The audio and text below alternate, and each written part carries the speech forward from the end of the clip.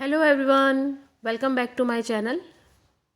I was planning to make the video on growing the mint at home correctly since long, but I was not getting success.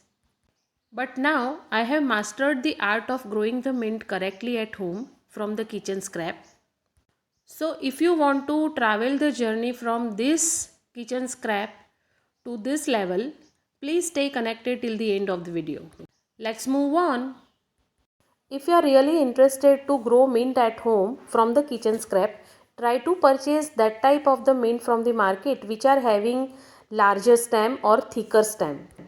The reason behind selecting the thicker stem is that it holds more water, and because of the presence of the water in the stem, your cutting will not die back when you will plant it in the soil. Another needed thing is this baby leaves. These baby leaves are important because they will immediately start the growth of your cutting when you will plant it and when it will get some roots into it. So you have to remove the leaves like this, and you have to prepare all the cuttings in the same manner. Leave those smaller leaves as it is, and along with that we have to keep the larger leaves which are on the top as it is, so that the larger leaves will help the photosynthesis process, while the smaller leaves will promote the growth immediately once the roots get developed into it. Prepare all cuttings in the same manner. Keep top 2-3 leaves as it is, as well as the baby leaves. Then your cutting is ready for the plantation. Now let us plant them. Here I have taken 50% coco pit and 50% vermicompost. I have not taken any kind of the soil into it. In my previous attempt, I had tried to develop the root in the water first of all, and then I had transferred them into the soil. But in that case, I have observed one problem, and the problem is that the cuttings which had a relatively thinner stem die back after planting them into the soil.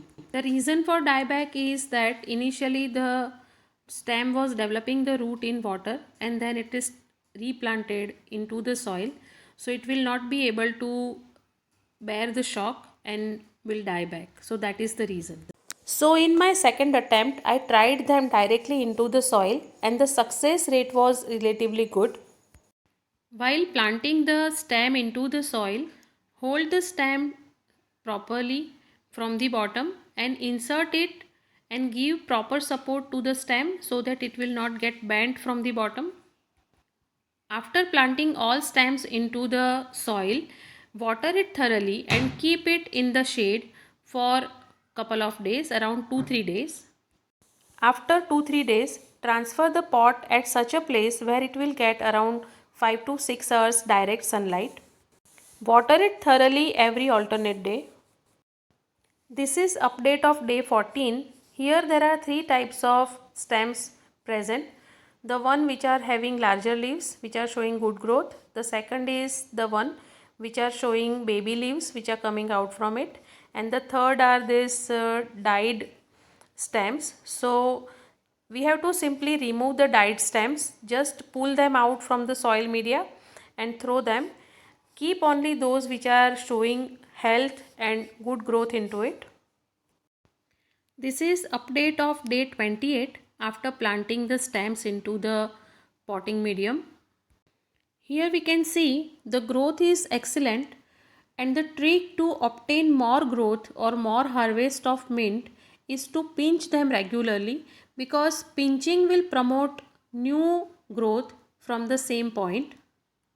As we have added vermicompost in the potting medium, there is no need to add any kind of the fertilizer after planting the stems into the soil media. The only needed thing is regular watering and pinching.